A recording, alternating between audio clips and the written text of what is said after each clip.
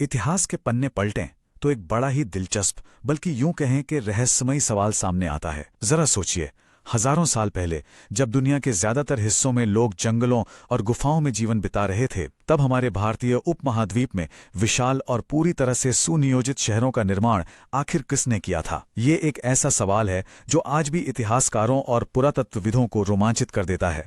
आज के इस डीप डाइव विश्लेषण में हम उसी प्राचीन और अद्भुत दुनिया की गहराई में उतरने वाले हैं। तथ्यों, मानचित्रों और प्राचीन अभिलेखों के जरिए हम हड़प्पा सभ्यता के रहस्यों को उजागर करेंगे और समझेंगे कि ये सभ्यता असल में अपने समय से कितनी आगे थी। आपको पता है, हड़प्पा सभ्यता के कई अलग अलग नाम हैं। शुरुआत में इसके साइट्स सिंधु नदी के आसपास खोजे गए, तो इसे सिंधु घाटी सभ्यता कह दिया गया। लेकिन सबसे कमाल की बात यह है कि इसे कांस्य युगीन सभ्यता यानी ब्रॉन्ज एज भी कहते हैं। तांबे और टिन को मिलाकर कांसा बनाना, ये उस समय की एक बहुत बड़ी तकनीकी छलांग थी। इसी छलांग ने इस सभ्यता को प्रथम नगरीय क्रांति यानी पहले अर्बन रेवोल्यूशन के मुकाम तक पहुंचाया। तो आज हम क्या क्या कवर करने वाले हैं, बहुत संक्षेप में देखते हैं। पहला, इसकी खोज और नामांकन। दूसरा, इसका कालखंड और फैलाव। तीसरा, कुछ प्रमुख शहर। चौथा, हमारा पहला बड़ा शहर हड़प्पा। पांचवां, मोहनजोदड़ो। और अंत में कालीबंगा के कुछ अनसुलझे रहस्य। चलिए शुरू करते हैं हमारे पहले पड़ाव से, खोज और नामकरण। ये पूरी खोज ना बिल्कुल किसी जासूसी कहानी जैसी है। ये रातों रात नहीं हुआ। 1826 में पहली बार चार्ल्स मेसन की नजर इन प्राचीन खंडोरों पर पड़ी थी। फिर कई सालों बाद 1853 में अलेक्जेंडर कनिंघम को एक बहुत ही दिलचस्प प्राचीन मोहर मिली। लेकिन दुनिया को इस महान सभ्यता के बारे में आधिकारिक रूप से जानने में लगभग एक सदी लग गई। 1921 में जाकर सर जॉन मार्शल के निर्देशन में दयाराम साहनी ने इसकी विधिवत खुदाई शुरू की। आगे बढ़ते हैं दूसरे हिस्से की तरफ, इसका कालखंड और भौगोलिक विस्तार। अब ये सभ्यता असल में कितनी पुरानी है, इसे लेकर विद्वानों में काफी डिबेट रही है। Doctor R K. मुखर्जी मानते हैं कि ये 2800 से 2500 ईसा पूर्व के बीच की है, जबकि डॉक्टर वी.एस. स्मिथ इसे 2500 ईसा पूर्व बताते हैं। लेकिन जो तरीका सबसे ज्यादा साइंटिफिक माना जाता है, कार्बन 14 डेटिंग, उसके आधार पर डॉक्टर डी.पी. अग्रवाल ने इसका समय 2300 से 1750 ईसा पूर्व निर्धारित किया है। और अगर हम इसके फैलाव की बात करें तो इसके आंकड़े सच में चौंकाने वाले हैं। उत्तर में जम्मू कश्मीर के मांडा से लेकर एकदम दक्षिण में महाराष्ट्र के दैमाबाद तक, और पूर्व में यूपी के आलमगीरपुर से लेकर पश्चिम में बलूचिस्तान के सुतका गेंडोर तक। ये आज के कई देशों की सीमाओं को पार करने वाला एक विशाल क्षेत्र था। और सबसे मजेदार बात क्या है, अगर आप इन चारों कोनों को एक नक्शे पर मिला दें तो इस सभ्यता का पूरा आकार एक विशाल त्रिभुज यानी एक ट्रायंगल जैसा बनता है। आधुनिक भारत, पाकिस्तान और अफगानिस्तान में फैला हुआ यह सिर्फ एक राज्य नहीं बल्कि एक वृहद साम्राज्य था। अब आते हैं तीसरे हिस्से पर, प्रमुख शहर और उनके खोजकर्ता। पुरातत्वविदों ने बड़े ही व्यवस्थित ढंग से इन प्राचीन शहरों को रावी, सिंधु और घग्गर जैसी प्रमुख नदियों के आधार पर मैप किया है। क्योंकि पानी के बिना जीवन संभव नहीं, इसलिए यही नदियां इन शहरों की जीवन रेखा हुआ करती थीं, और यहीं पर हमारे सबसे महत्वपूर्ण उत्खनन कार्य हुए हैं। अगर इन प्राचीन शहरों को हम आज के नक्शे पर लोकेट करें तो सबसे ज्यादा साइट्स भारत के गुजरात में मिले हैं, जैसे सुरकोटता, धौलावीरा और लोथल। राजस्थान में प्रसिद्ध कालीबंगा है, तो हरियाणा में राखीगढ़ी। वहीं पाकिस्तान वाले हिस्से में चन्हुंदड़ो और सुतकागन-डोर जैसे बेहद महत्वपूर्ण स्थल मौजूद हैं। चलिए अब जूम इन करते हैं हमारे चौथे टॉपिक पर, हड़प्पा यानी प्रथम नगरीय क्रांति। हड़प्पा कोई मामूली शहर नहीं था, बिल्कुल भी नहीं। इसे तोरण द्वार का नगर या सिटी ऑफ गेटवेज कहा जाता था। ये एक अर्ध औद्योगिक यानी सेमी इंडस्ट्रियल नगर था, मतलब यहां व्यापार और प्रोडक्शन बड़े लेवल पर होता था। यहां 12 कमरों का एक विशाल अन्नागार या ग्रैनरी मिली है, जो दिखाता है कि उनका अर्बन प्लानिंग और स्टोरेज सिस्टम कितना एडवांस था। इसके अलावा यहां R37 नाम का एक बहुत ही फेमस कब्रिस्तान भी खोजा गया है। अब रुख करते हैं पांचवें और शायद सबसे मशहूर शहर की तरफ, मोहनजोदड़ो। इतिहासकार स्टुअर्ट पिगट का एक बहुत ही मशहूर ऑब्जर्वेशन है। उन्होंने बताया कि हड़प्पा और मोहनजोदड़ो के बीच पूरे 642 किलोमीटर की विशाल दूरी थी। फिर भी इन दोनों शहरों के काम करने के तरीके में इतनी समानता थी कि इन्हें एक ही बड़े साम्राज्य की जुड़वा राजधानी माना गया। ये उनके कंट्रोल और कम्युनिकेशन के लेवल को दिखाता है जो उस समय के हिसाब से अकल्पनीय था। वैसे क्या आप जानते हैं कि मोहनजोदड़ो का मतलब क्या होता है? सिंधी भाषा में इसका सीधा सा अर्थ है मृतकों का टीला। यह नाम इसे आधुनिक समय में दिया गया है, लेकिन इसके विशाल और वीरान खंडरों को देखकर यह नाम बिल्कुल सटीक लगता है। यहाँ एक नंबर है जो बहुत ही भयंकर संघर्ष की कहानी बयां करता है, वो है 7। खुदाई में पता चला कि मोहनजोदड़ो शहर भयंकर बाढ़ के कारण बर्बाद हुआ था, और हैरानी की बात देखिए, इसे 1 या 2 बार नहीं बल्कि पूरे 7 बार फिर से बसाया गया था। ये वहां के लोगों की हार न मानने वाली दृढ़ इच्छा शक्ति को दिखाता है। मोहनजोदड़ो से जो चीजें मिली है ना, वो सच में इतिहास के खजाने हैं। यहाँ का विशाल स्नानागार या ग्रेट बाथ इतना भव्य है कि सर जॉन मार्शल ने इसे विश्व का आश्चर्यजनक निर्माण कह दिया था। यहीं शहर की सबसे बड़ी इमारत एक विशाल अन्नागार मौजूद है। साथ ही प्रसिद्ध कांसे के नर्तकी और पशुपतिनाथ की मुहर भी यहीं से मिली। लेकिन सबसे मिस्टीरियस बात, इतने बड़े शहर में एक भी कब्रिस्तान नहीं मिला। बिल्कुल नहीं। कमाल है ना। अब आते हैं हमारे आखिरी सेक्शन पर, कालीबंगा और कुछ अनसुलझे रहस्य। जैसे मोहनजोदड़ो का एक मतलब था, वैसे ही राजस्थान की इस जगह कालीबंगा का भी एक बहुत ही दिलचस्प शाब्दिक अर्थ है, काले रंग की चूड़ियां। यहां खुदाई में बड़ी मात्रा में चूड़ियों के अवशेष मिले थे, जिसकी वजह से इसका ये नाम पड़ा। कालीबंगा से मिले साक्ष्य हमारी कल्पना से कहीं ज्यादा एडवांस्ड हैं। यहां जुते हुए खेत के प्रमाण मिले हैं, मतलब उनकी खेती की तकनीक बहुत उन्नत थी। ऊंट की हड्डियों का मिलना और धार्मिक अनुष्ठानों के लिए 7 अलग-अलग हवन कुंड मिलना, ये सब उनके रूटीन लाइफ को दर्शाते हैं। और तो और, दुनिया में भूकंप जैसी प्राकृतिक आपदा के सबसे पुराने प्राचीनतम साक्ष्य भी यहीं से प्राप्त हुए हैं।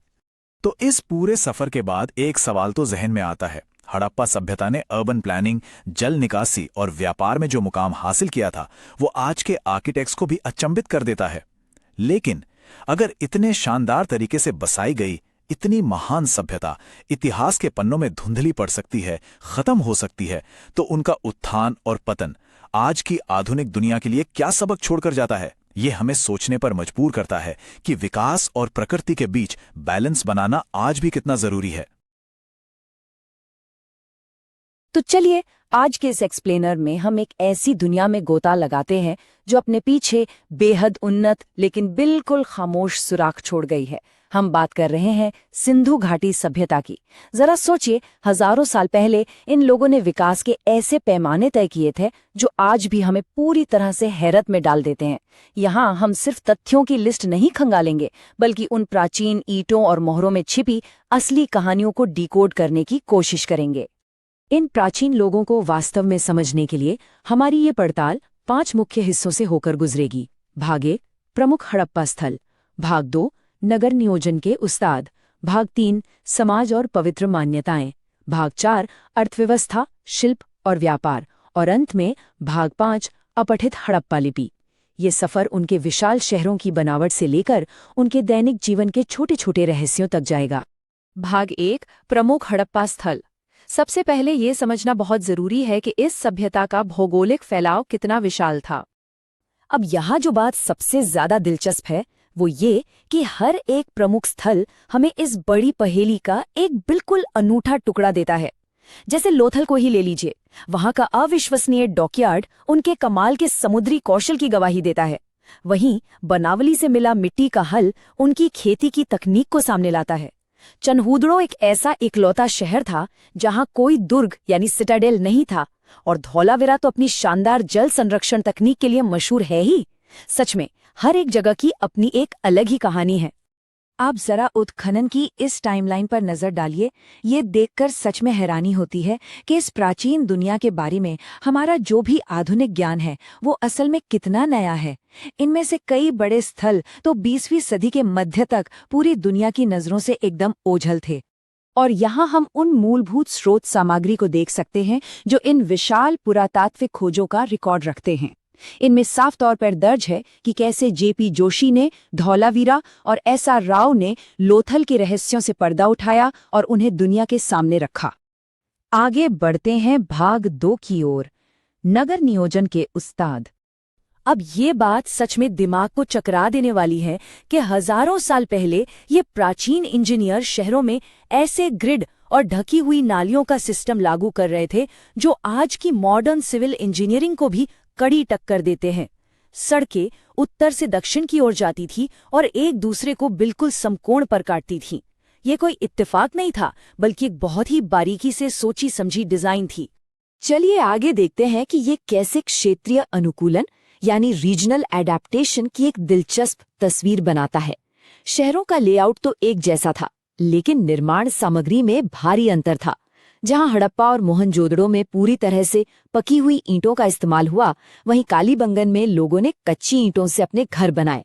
अध्ययन के ये मूल नोट्स इस बात पर खास जोर देते हैं कि उनकी जल निकासी प्रणाली एक बिल्कुल ही अनूठी विशेषता थी। उस युग की किसी भी दूसरी समकालीन सभ्यता में ऐसा सिस्टम कहीं नहीं देखा गया था। ये साफ तौर पर स्वच्छता और साफ सफाई के प्रति उनके असाधारण समर्पण को दिखाता है। भाग 3 समाज और पवित्र मान्यताएं। ईंटों और इमारतों से थोड़ा अलग हटकर अगर देखें तो सवाल उठता है कि ये लोग असल में थे कौन। ऐतिहासिक सुराग एक शांतिपूर्ण और संभवतः मात्र सत्तात्मक समाज की ओर इशारा करते हैं, जो पुरोहित, व्यापारी और श्रमिक जैसे अलग अलग वर्गों में बटा हुआ था। सबसे खास बात यह है कि इस समाज में हथियारों का इस्तेमाल लगभग न के बराबर था, जो इन्हें इतिहास के बाकी आक्रामक साम्राज्यों से एकदम अलग खड़ा करता है। अगर उनके अंतिम संस्कारों की बात करें तो वे आश्चर्यजनक रूप से काफी विविध थे। इन्हें मुख्य रूप से 3 अलग अलग तरीकों में बांटा जा सकता है: पूर्ण शवाधान, आंशिक शवाधान और दाह कर्म या कलश शवाधान। ये विविधता शायद उनके समाज में मौजूद अलग अलग मान्यताओं या वर्गों की ओर इशारा करती है। अब मोहनजोदड़ो से मिली इस पशुपति मोहर के अविश्वसनीय विवरण को देखिए। इसके बीच में एक आकृति है जो जानवरों से घिरी है। दाईं ओर गैंडा और भैंसा, बाईं ओर हाथी और बाघ और ठीक पैरों के पास हिरण। जानवरों की ये सटीक स्थिति और बीच वाली आकृति का ध्यान मुद्रा में होना हमें उनके गहरे धार्मिक और आध्यात्मिक विचारों की एक दुर्लभ झलक देता है। ये नोट्स उन भौतिक साक्ष्यों का पूरा रिकॉर्ड रखते हैं जो प्रकृति पूजा से लेकर स्वास्तिक जैसे प्रतीकों के जरिए शुरुआती मूर्ति पूजा तक का सफर दिखाते हैं। इससे ये बिल्कुल साफ हो जाता है कि उनका आध्यात्मिक जीवन प्रकृति से कितनी गहराई से जुड़ा हुआ था। भाग 4 अर्थव्यवस्था, शिल्प और व्यापार। कोई भी समाज एक मजबूत अर्थव्यवस्था के बिना इतने विशाल शहर नहीं बसा सकता। उनका कृषि और व्यापार नेटवर्क सचमुच बहुत विशाल था। सबसे दिलचस्प बात तो ये है कि दुनिया भर में सबसे पहले कपास उगाने का श्रेय सिंधु घाटी को ही जाता है। यूनानी लोग इसे सिंडॉन कहते थे। यह एक ऐसा इनोवेशन था जिसने वैश्विक कपड़ा इतिहास की पूरी नींव ही रख दी। जब प्राचीन मेसोपोटामिया के लोगों ने अपने ग्रंथों में पूर्व के अपने इन अमीर व्यापारिक पार्टनर्स का जिक्र किया तो उन्होंने इस क्षेत्र को मेलुहा का नाम दिया। ये सिर्फ एक नाम नहीं है, बल्कि उस दौर में उनके अंतर्राष्ट्रीय दबदबे का एक बड़ा सबूत है। और ये बात तो पूरी तरह से चौंका देने वाली है कि उन्होंने बिना एक भी धातु के सिक्के के एक बहुत बड़ा अंतर्राष्ट्रीय व्यापार नेटवर्क चला रखा था। ये सब पूरी तरह से एक अत्यधिक मानकीकृत वस्तु विनिमय यानी बार्टर सिस्टम पर टिका हुआ था। उनके नाप तौल के बाट इतने सटीक थे कि आज भी उन्हें देखकर वैज्ञानिक हैरान रह जाते हैं। इस मूल पाठ में जिन विदेशी बेलनाकार मोहरों का जिक्र है, वो इस बात का पक्का सबूत है कि उनके जहाज सिर्फ अपनी सीमाओं तक सीमित नहीं थे, बल्कि बहुत दूर दूर तक जा रहे थे। ये कोई छोटी मोटी स्थानीय अर्थव्यवस्था नहीं थी, बल्कि प्राचीन दुनिया का एक बहुत बड़ा ट्रेड हब था। भाग 5 अपठित हड़प्पा लिपि। अब आते हैं इस पहेली के उस आखिरी और सबसे रहस्यमयी टुकड़े पर जिसने आधुनिक इतिहासकारों की रातों की नींद उड़ा रखी है, उनकी लिपि। उन्होंने बूस्ट्रोफिडॉन नाम की एक बेहद ही दिलचस्प तकनीक का इस्तेमाल किया। इसमें पहली लाइन दाएं से बाएं लिखी जाती थी और उसके ठीक नीचे वाली लाइन बाएं से दाएं। इससे पूरा का पूरा लेख सांप की तरह एक घुमावदार रास्ता बना लेता था। हड़प्पा की लिपि मुख्य रूप से चित्रात्मक है। 400 से भी ज्यादा अलग अलग चित्रात्मक संकेतों को खोजने के बावजूद आधुनिक विज्ञान आज तक उनके लिखे हुए एक भी वाक्य का अनुवाद नहीं कर पाया है। ये लिपि आज भी पूरी तरह से मौन है। और यहीं पर एक बहुत ही गहरा सवाल उठता है। इस अद्भुत समाज के इतिहास का न जाने कितना बड़ा हिस्सा सिर्फ इसलिए हमारे लिए कैद है क्योंकि उनकी ये लिपि अभी भी अपने रहस्य बताने से साफ इनकार कर रही है। न जाने कौन सी अविश्वसनीय कहानियां, शासकों के नाम और भूला दिए गए इतिहास हमारी आंखों के ठीक सामने मौजूद हैं। बस उस एक दिन के इंतजार में जब इस कोड को आखिरकार क्रैक कर लिया जाएगा। नमस्ते, हमारे इस एक्सप्लेनर में आपका स्वागत है। आज हम इतिहास के उन पन्नों को पलटने जा रहे हैं जो असल में किसी सस्पेंस थ्रिलर से कम नहीं है। बिल्कुल एक डिटेक्टिव की तरह हम मिलकर इन पुराने और हस्तलिखित नोट्स के जरिए हड़प्पा सभ्यता के उन गहरे रहस्यों को डिकोड करेंगे जो सदियों से दबे हुए हैं। तो चलिए देखते हैं कि आज हम क्या क्या कवर करने वाले हैं। सबसे पहले सिंधु सभ्यता का भूगोल, फिर प्रमुख स्थल और उनकी खासियतें, उसके बाद उनका प्राचीन व्यापार और आयात, फिर हम बात करेंगे धर्म, प्रतीक और संस्कृति की, और आखिर में सबसे बड़ा सस्पेंस, इस महान सभ्यता के पतन के कारण। तो चलिए बिना किसी देरी के शुरू करते हैं। शुरुआत करते हैं हमारे पहले भाग से, सिंधु सभ्यता का भूगोल, प्राचीन दुनिया का मानचित्रण। क्योंकि इस साम्राज्य को गहराई से समझना है तो हमें इनकी नदियों से शुरुआत करनी होगी। देखिए, जब भी हम इस सभ्यता की बात करते हैं तो हमारे दिमाग में तुरंत दो नाम आते हैं, हड़प्पा और मोहनजोदड़ो। लेकिन क्या आपने कभी ध्यान दिया है कि इन दोनों का भौगोलिक आधार बिल्कुल अलग था? हड़प्पा जो सबसे पहले खोजा गया था वो रावी नदी के किनारे बसा था, जबकि मोहनजोदड़ो विशाल सिंधु नदी के तट पर था। ये नदियां इनके लिए सिर्फ पानी का साधन नहीं थी, बल्कि इन बड़े महानगरों की पूरी लाइफलाइन थीं।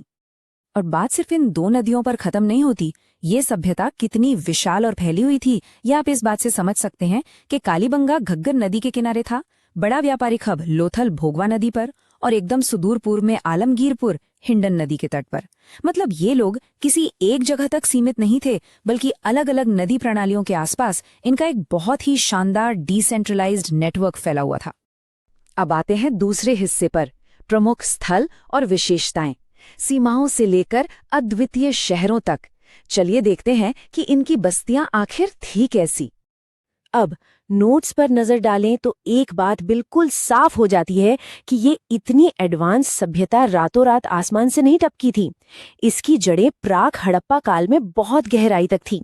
उदाहरण के लिए मेहरगढ़ इसके सबसे पुराने प्राक सैंधव स्थलों में से एक है। लेकिन जो चीज सच में हैरान करती है वो है कोटदीजी के बारे में लिखा एक रहस्य। नोट्स के मुताबिक कोटदीजी का अंत एक भयंकर अग्निकांड में हुआ था। ये आग कैसे लगी, ये आज भी इतिहास का एक बहुत बड़ा रहस्य है।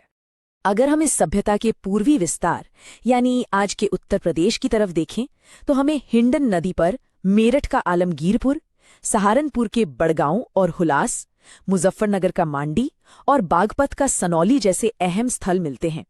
लेकिन स्रोतों से एक बहुत ही चौंकाने वाला फैक्ट भी हाईलाइट होता है, वो ये कि आज तक सैंधव सभ्यता का एक भी स्थल बिहार में नहीं मिला है। बिल्कुल जीरो, है ना कमाल की बात। अब यहां जो बात मुझे सबसे ज्यादा दिलचस्प लगती है वो है धोलावीरा।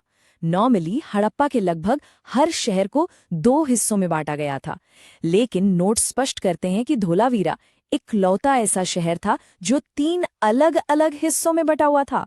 ये अपने आप में वहां की बेहद यूनिक अर्बन प्लानिंग और शायद एक बहुत ही कॉम्प्लेक्स सोशल स्ट्रक्चर की तरफ इशारा करता है।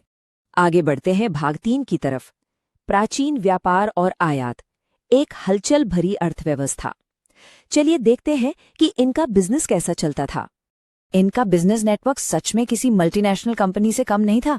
जरा इनकी सप्लाई चेन देखिए। तांबा आता था राजस्थान के खेतरी और बलूचिस्तान से। चांदी जैसी लग्जरी चीजें सीधे ईरान और अफगानिस्तान से इंपोर्ट होती थी। वो जो खूबसूरत नीला पत्थर होता है ना, लाजवर्द, वो सुदूर बदख्शा से मंगाया जाता था, और सीसा दक्षिण भारत और ईरान से। इसे देखकर साफ पता चलता है कि पूरे एशिया में इनका एक बहुत ही जबरदस्त और एक्टिव ट्रेड नेटवर्क फैला हुआ था। और ये लोग सिर्फ बाहर से सामान मंगवाती ही नहीं थे, बल्कि मैन्युफैक्चरिंग में भी उस्ताद थे। दस्तावेज बताते हैं कि लोथल और चन्हूदड़ो सिर्फ रहने की जगह नहीं थी, बल्कि ये प्राचीन दुनिया के बड़े इंडस्ट्रियल हब थे। यहाँ मनके यानी बीड्स बनाने की बाकायदा फैक्ट्रियां मौजूद थीं, जहां से माल तैयार होकर दूसरी सभ्यताओं को एक्सपोर्ट किया जाता था। अब थोड़ा रुकते हैं और भाग 4 की बात करते हैं। धर्म, प्रतीक और संस्कृति, पत्थरों पर उकेरी गई मान्यताएं। चलिए इनके आध्यात्मिक जीवन को समझते हैं। आज जो स्वास्तिक चिन्ह हमारे लिए इतना आम है, क्या आप जानते हैं कि इसकी जड़ें कितनी पुरानी हैं? स्रोत दस्तावेज साफ बताते हैं कि स्वास्तिक असल में हड़प्पा सभ्यता की ही देन है। और मजे की बात यह है कि इस प्रतीक को सूर्य की उपासना से जोड़ा गया है। इससे पता चलता है कि वो लोग प्राचीन काल में प्रकृति और ब्रह्मांड को कितनी अहमियत देते थे। तो इन सभी कलाकृतियों का निचोड़ क्या है? मोहनजोदड़ो की वो मशहूर कांसे की नर्तकी की मूर्ति इनकी गजब की मेटल आर्ट दिखाती हैं। फिर मातृ देवी की व्यापक पूजा, कालीबंगा और लोथल में मिले अनुष्ठानों वाले अग्निकुंड, बिजनेस और पहचान के लिए इस्तेमाल होने वाली सेलखड़ी की मोहरें और लोथल से मिले चावर के शुरुआती सबूत। ये सारी चीजें मिलकर हमें बताती हैं कि ये सभ्यता सांस्कृतिक और अनुष्ठानिक रूप से कितनी ज्यादा एडवांस्ड थी। और अब आते हैं हमारे आखिरी और सबसे रहस्यमयी हिस्से पर। भाग 5, सभ्यता के पतन के कारण इतिहास का सबसे बड़ा अनसुलझा रहस्य। जरा सोचिए, एक ऐसा साम्राज्य जिसकी ड्रेनेज सिस्टम आज के कई शहरों से बेहतर थी, जिनका इंटरनेशनल ट्रेड था, पक्की ईंटों के मल्टी स्टोरी घर थे, वो रातों रात बिना किसी स्पष्ट वार्निंग के अचानक कैसे खत्म हो सकता है? स्रोतों के मुताबिक 2000 से 700 ईसा पूर्व के बीच का वो अहम वक्त था जब ये शक्तिशाली और जीवंत सभ्यता धीरे धीरे पतन की ओर बढ़ने लगी और गुमनामी के अंधेरे में खो गई। लेकिन असली सवाल वही है, आखिर ऐसा हुआ क्यों? और ये नोट्स बड़ी खूबी से दर्शाते हैं कि इस सवाल का कोई एक जवाब नहीं है। आज भी बड़े बड़े एक्सपर्ट्स और इतिहासकार इस बात पर तीखी बहस करते हैं कि आखिर वो कौन सी वजह थी जिसने इतने बड़े साम्राज्य को मिट्टी में मिला दिया। अगर हम इन सभी प्रतिस्पर्धी थ्योरीज को आमने सामने रखें तो देखिए क्या तस्वीर बनती है। गॉर्डन चाइल्ड जैसे विद्वान कहते हैं कि बाहर से आर्यों का आक्रमण हुआ था। वहीं जॉन मार्शल मानते हैं कि कोई भयंकर बाढ़ आई होगी। ऑरेलस्टीन के मुताबिक इसके पीछे क्लाइमेट चेंज यानी जलवायु परिवर्तन सबसे बड़ा विलेन था, जबकि केनेडी का तर्क है कि कोई बड़ी प्राकृतिक आपदा या महामारी आई होगी। हम यहाँ किसी की भी साइड नहीं ले रहे हैं, बस ऐतिहासिक नोट्स की इस दिलचस्प बहस को तटस्थ रूप से आपके सामने रख रहे हैं। तो अंत में ये सब हमें एक बहुत ही गहरे सवाल पर लाकर छोड़ देता है। क्या सिंधु घाटी को प्रकृति के गुस्से ने मिटा दिया, या किसी बाहरी हमले ने, या फिर कोई ऐसा कारण है जिसे हमारी आधुनिक दुनिया अब तक खोज ही नहीं पाई है? हमारे इस एक्सप्लेनर का सफर तो यहीं खत्म होता है, लेकिन सिंधु घाटी का ये सस्पेंस हमेशा हमारी जिज्ञासा को यूं ही जगाता रहेगा। ज्ञान के इस शानदार सफर में हमारे साथ जुड़ने के लिए बहुत बहुत शुक्रिया।